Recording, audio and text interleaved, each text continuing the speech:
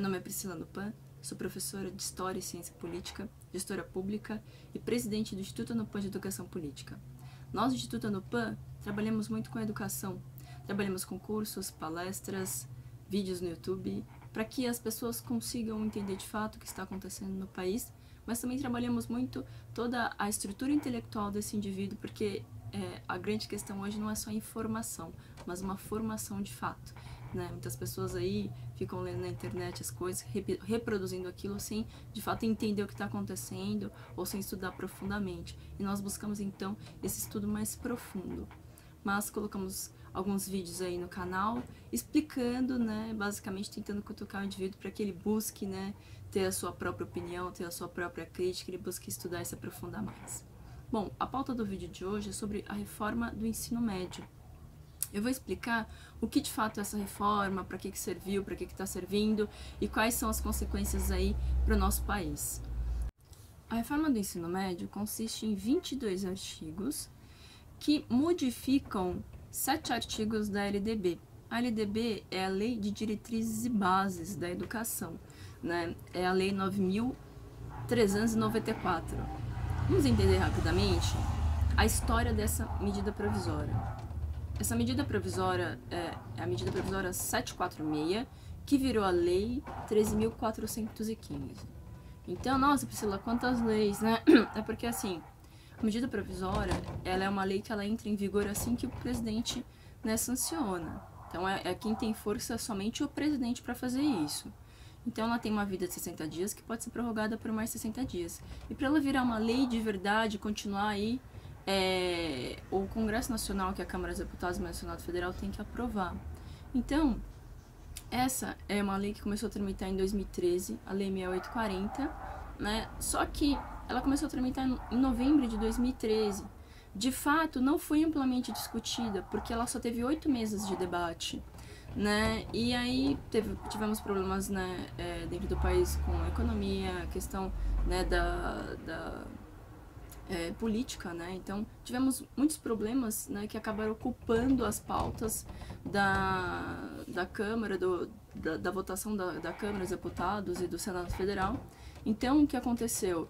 Essa tramitação dessa PL, esse projeto de lei, né, que é o 6840 de 2013, que falava sobre uma reforma no ensino médio, ela foi congelada. Então, entre 2013 e 2015, final de 2013 e começo de 2015, falaram-se muito pouco, foram apenas 8 meses de debate, enfim. Então, esse projeto de lei 6840 de 2013, depois você pode procurar aí, foi o projeto que deu, né, o corpo para a medida provisória 746, que virou a lei de reforma do ensino médio, né? Então, essa medida provisória se aproveitou muito desse corpo dessa lei, só que não foi completado, né? Então, de fato, você tem uma medida provisória com 22 artigos apenas, que mexem em 7 artigos da LDB, que é essa Lei de Diretrizes e Bases, que possui 92 artigos. Então, se percebe que essa reforma não é de fato uma reforma, né, gente? É uma enganação, porque o que mais era necessário mexer não foi nem visto de fato. Então, existe todo um conteúdo e toda uma forma. Mexeram na forma, mas não mexeram no conteúdo. Eu vou explicar direitinho que forma foi essa e qual é o conteúdo, né, que deveria ser aí mexido. Bom, essa medida provisória que virou essa lei 3.415 da reforma do ensino médio, eu que fico frisando o número das leis porque é importante para você poder depois buscar. Lógico que eu vou disponibilizar aí na descrição do vídeo, né, a todo o número das leis direitinho, mas é legal para você já entendendo. Enfim, então essa medida provisória que virou essa lei, ela traz basicamente 3 grandes alterações. A primeira é o número de horas, né? Então, nós temos aí 800 horas para o ensino médio para o indivíduo cumprir, né? E essas 800 horas viraram, então, 1.000 horas, para depois virar 1.400 horas, né? Então, a gente está quase dobrando aí o tempo do aluno dentro da sala de aula. E também trouxe a novidade do professor, né, que o professor não precisa ter licenciatura e bacharelado, o professor ele precisa ter um notório saber. O que é ter um notório saber? Por exemplo, um dentista que ele entende de biologia, ele pode dar aula, né? E o terceiro critério que foi a questão do ensino integral. Na escola, a ideia é colocar até o máximo de tempo que foi estipulado pelo executivo, 50% de escolas integrais, né? Então vamos analisar aí cada ponto desse. Bom, alteração da carga horária. Qual que é o problema dessa alteração de carga horária? Hoje nós temos, então, 800 horas aí para ser cumpridas. Só que a gente tem um grande problema que, na verdade, assim, cada um desses 3 pontos que eu apontei, eles vão se misturar, né? A gente tem um problema do professor. A gente tem um professor muito ruim em sala de aula, né, para o ensino médio. E eu não falo isso só do professor de ensino médio, a gente também tem isso na graduação. A gente tem uma formação de um professorado muito ruim no Brasil, né? Então, não existe, de fato, um interesse em colocar um professor que atraia mais alunos, né? Priscila, o professor tem que atrair. Lógico, eu sou professor, tô dentro de sala de aula. Se a minha aula não for legal, eu não tenho atenção do aluno, né? E o aluno, ele aprende se ele quer aprender. Se ele olha para aquilo e fala, não, que horrível, sei lá, ele cria um bloqueio e ele não consegue. E acha chato e vai querer fazer outra coisa, vai querer ficar no Facebook. Então, existe toda uma didática, né, que deve ser colocada dentro da sala de aula. Né? Então, a gente tem aí, o curso de pedagogia, ele trabalha muito com isso, né? Então, você tem que saber incentivar aquele aluno para que ele assista a aula, mas o problema não é só isso, né? Falta até conteúdo para muitos professores, muito, muito mesmo. É muito triste de saber, porque a galera está sendo muito mal formada. Então, você tem um professor ruim dentro da sala de aula, você tem, eu não tô falando que são todos, tá, por favor? Você tem um incentivo terrível, né? Você não tem incentivo de fato, né? Então o cara ganha uma miséria. E para ele poder, às vezes o professor, ele é um bom professor, só que às vezes ele tem que dar aula o dia inteiro para ele conseguir pagar as contas no final do mês. Então a aula perde a qualidade, né? Então como é que você vai incentivar o indivíduo a querer ficar mais tempo em sala de aula, se quem tem que ser incentivado primeiramente é o professor para dar uma aula de qualidade, né? Incentivar esse professor com melhor remuneração, uma formação melhor, cursos de especialização. Então você agora abre não só para licenciatura e bacharelado, o indivíduo lá trabalha o dia inteiro, sei lá, dentista, médico, e depois vai dar uma aula, né? Lógico que nós temos pessoas que se formam, fazem bacharelado, fazem licenciatura, exercem outra profissão, mas também são professores, mas assim, são pessoas preparadas para isso, né? Então, a gente tem uma grande questão aí com essa formação do professor para ele poder incentivar o indivíduo dentro da sala de aula. Então, você tem, por exemplo, o aumento da carga horária, um ensino integral e uma aula ruim, né? Que adianta eu ter quantidade se eu não tenho qualidade? Nós temos que prezar primeiramente pela qualidade para depois aumentar, né, a carga horária. Outra questão desse aumento da carga horária, o aumento, né, dessa carga obrigatória, sendo que você tem hoje português, matemática, história, geografia, tudo misturado, tudo distribuído. Só que o indivíduo, então, ele vai ver, né, basicamente, como matérias obrigatórias, português, matemática, inglês, artes, educação física e educação artística, e depois ele pode ver se ele vai querer história, ou se ele vai querer química, geografia. Então, qual que é o problema disso? Né? Primeiro que você tem que ter uma estrutura curricular mais decente. Hoje, a estrutura curricular que acompanha o ensino médio e o fundamental, mas principalmente o ensino médio, é muito ruim, né? O que eles veem de matéria, 90% não sai para nada. Essa é a realidade. Eu sou professora, eu sei do que eu tô falando. Então, o indivíduo, ele não tem... ele não consegue desenvolver um poder crítico em cima daquilo que ele está vendo. Então, ele vê história, geral, história do Brasil, coisas separadas, um ensino lacunar, né? Então, ele acha que enquanto tá rolando feudalismo, não tem vida no Japão, né? Porque ele vê tão fixamente uma coisa e que não consegue conversar com as outras coisas, que ele fica com essa impressão. Então, quer dizer, nós temos um problema de estrutura curricular que não foi sanado. Nós formamos pessoas que precisam fazer cursinho anos e anos e anos para poder passar numa faculdade pública, num curso concorrido como medicina, engenharia, direito. Então, quer dizer, tem algum problema nesse nosso ensino, não tem?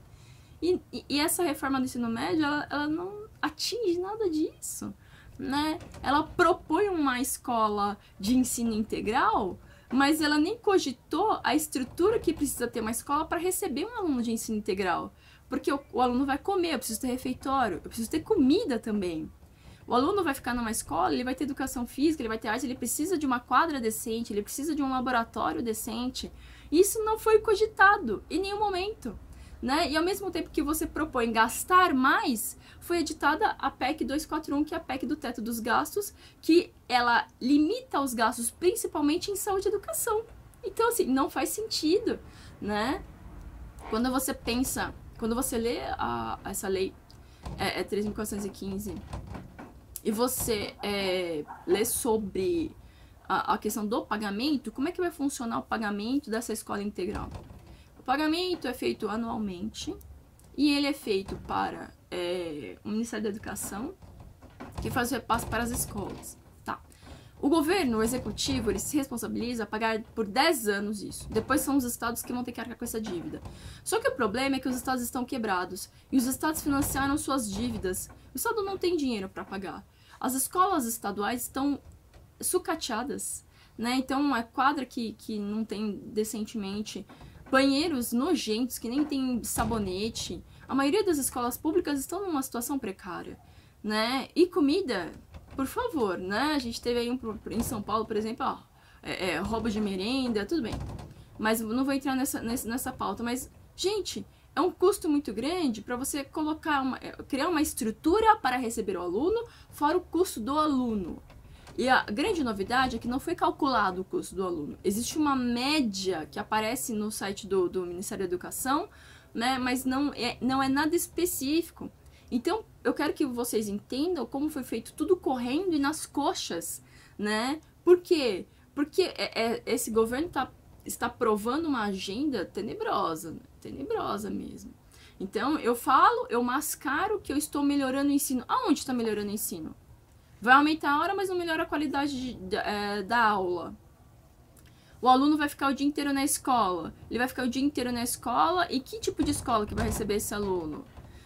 Percebe? Então a gente também tem que pensar na evasão que pode provocar esse ensino de má qualidade, né? Se hoje muitos alunos desistem, né? A gente tem uma porcentagem muito baixa de pessoas que se formam no ensino médio e mais baixas que entram na universidade, né? Que eu até preciso falar do ensino técnico. Mas esse aluno, ele cada vez tem menos oportunidade. Existem alunos no ensino médio que trabalham, né? Então, Priscila, mas são 50% das escolas. Então, quer dizer que eu tô criando uma desigualdade maior. Porque o indivíduo que não pode ficar na escola, ele vai ter que trabalhar cedo. Ele faz o ensino técnico, legal. Então, vamos perpetuar essa ideia, né? Quem pode estudar mais tempo vai poder entrar na faculdade. Quem não pode estudar vai fazer o ensino técnico e ter uma remuneração mais baixa, né? E ficar, né, perpetuando essa desigualdade social. Então, não está resolvendo nada, né? Então, a gente percebe que não existe realmente uma preocupação com a educação. Se existisse preocupação com a educação, investiria-se no professor, por exemplo, investiria-se em estruturas para uma escola, investiria-se numa mudança de matriz curricular. Mas esse projeto deu certo lá fora. Eu dei uma entrevista esses dias e a jornalista realmente me perguntou isso. Mas esse projeto deu certo lá fora. Não é porque que não pode dar aqui no Brasil? Gente, não dá pra ficar comparando o Brasil com outros países. Cada país tem sua estrutura, tem sua cultura, né? Então, um projeto desse que deu certo, por exemplo, no Canadá, olha para o ensino fundamental do Canadá. O indivíduo, ele sai do ensino fundamental sabendo português e matemática. Aqui, o indivíduo nosso sai do ensino fundamental, ele sai do 9º ano, mal sabendo fazer conta e mal sabendo escrever português. Então, quer dizer, a gente produz analfabetos funcionais. Analfabeto funcional é aquele cara que ele é letrado, ele sabe ler, ele sabe escrever, mas ele não sabe interpretar 3 linhas de um texto. E essa é a nossa realidade aqui. Então, como é que eu posso pegar um indivíduo que não sabe interpretar 3 linhas de um texto, não entende português e matemática, e falar para ele escolher qual matéria você quer para aprender no ensino médio, querido? Né? O que você quer ser quando crescer? Qual a profissão que você quer seguir? Entende? Então o indivíduo, ele não tem noção disso. Eu tô empurrando uma responsabilidade para um menino ou menina de 14, 15 anos que teve um ensino fundamental podre, né? Não sabe nem português e matemática direito e vai querer escolher? Você vai saber escolher? Né? Individual, você quer fazer ensino integral ou ensino técnico? Muita gente vai ter que optar pelo ensino técnico. Então, assim, e as escolhas, elas não são só por vontade. Eu quero ser médica, eu vou fazer ensino integral. Não, a situação também influencia a escolha do indivíduo. Então, o indivíduo que não tem o que comer em casa, precisa trabalhar, ele vai estudar o dia inteiro. É uma escolha dele, de fato? Não é. Não se iluda, né? Então, nós temos toda essa questão aí que tem que ser discutida, né? Essa perpetuação ainda dessa desigualdade social, nessa falácia de que o aluno pode escolher, um aluno que não sabe nem ler e escrever direito, né? Não sabe interpretar, não tem noção de nada. Nossos jovens são cada vez mais infantilizados. Então, é uma grande falácia essa reforma aí do ensino médio, infelizmente. Fica claro, então, a necessidade de você mexer numa estrutura, né, não só maquiar algo, né? Então, essa reforma do ensino médio, ela não traz uma mudança estrutural. Ela simplesmente dá uma maquiadinha, engana, né, e fala que melhorou aí. Não melhorou nada, né, gente?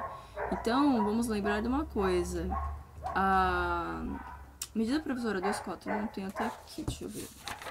No artigo 102, eu vou dar uma lidinha. Fixado para cada exercício limite individualizado para a despesa primária total dos 3 poderes. Inciso 6º, não se inclui nos limites previstos nesse artigo. Parágrafo 4º, outras receitas obrigatórias derivadas da lei que sejam apuradas em função de receita vinculada. O que é isso? Priscila, traduz. É assim, esse artigo 102 da PEC 241, ele fala que existe um teto de gastos, né? Só que as receitas obrigatórias não estão inclusas nisso, né? E essa reforma do ensino médio, esse repasse federal, ele entra em receita obrigatória. Então, esse repasse federal, ele vai ser automaticamente, né? Ele vai ser depositado. Só que assim, gente, por exemplo, se eu desvio não, se eu tenho um valor, sei lá, 1 milhão para educação, e o ensino integral vai ocupar 800 mil vão para a educação integral e sobra 200 mil para o resto da educação, percebe? Então, assim, existe um limite, sim, de gastos, né, e isso aí pode piorar muito, esse ensino integral pode apodrecer muito mais o outro, né, o ensino médio normal, que vai ser só as aulas, né, na parte ou da manhã ou da noite. Então, é triste, né, porque, assim, essas reformas que estão sendo feitas por esse governo, elas são absurdas, né? Se você lê direito a lei, se você se aprofunda e entende. É bizonho, né? Eu falo isso em sala de aula, o pessoal acha engraçado essa palavra. Mas é bizonho, né? E as pessoas, né, aplaudindo isso daí porque não sabem. Mas Priscila, que também me falaram na entrevista. Mas se essa medida provisória aí, que virou lei de reforma da Previdência, reforma da educação, ela tem 72% de aprovação. É claro, ninguém sabe o que ninguém leu a lei, entende? Ninguém viu como tramitou, ninguém viu que alteração que teve. Então, assim, é triste, né? Porque a gente sempre fala do que não sabe. Então, precisamos, por favor, educar esse povo, né? Trazer aí luz para a cabeça dos indivíduos. Intelecto de verdade, gente. Intelecto não é ficar lendo Folha de São Paulo, Veja, e ficar reproduzindo aquilo, assistindo Rede Globo e ficar reproduzindo. Não é. Entende? Vai estudar, vai ler a lei, vai entender. Pergunta pra algum amigo seu que faz direito, sei lá, manda um e-mail aqui pra mim também que eu ajudo. Entende? Então, a gente tem que parar de ficar reproduzindo e entender o que tá acontecendo de fato, né? Essa reforma do ensino médio é só uma maquiagem. Só pensando uma coisa. Que reforma que vai ter só 22 artigos. De fato, são 20, né, que trazem um conteúdo. Que reforma é essa? 22, que mudam 7 artigos de uma lei já existente sobre educação.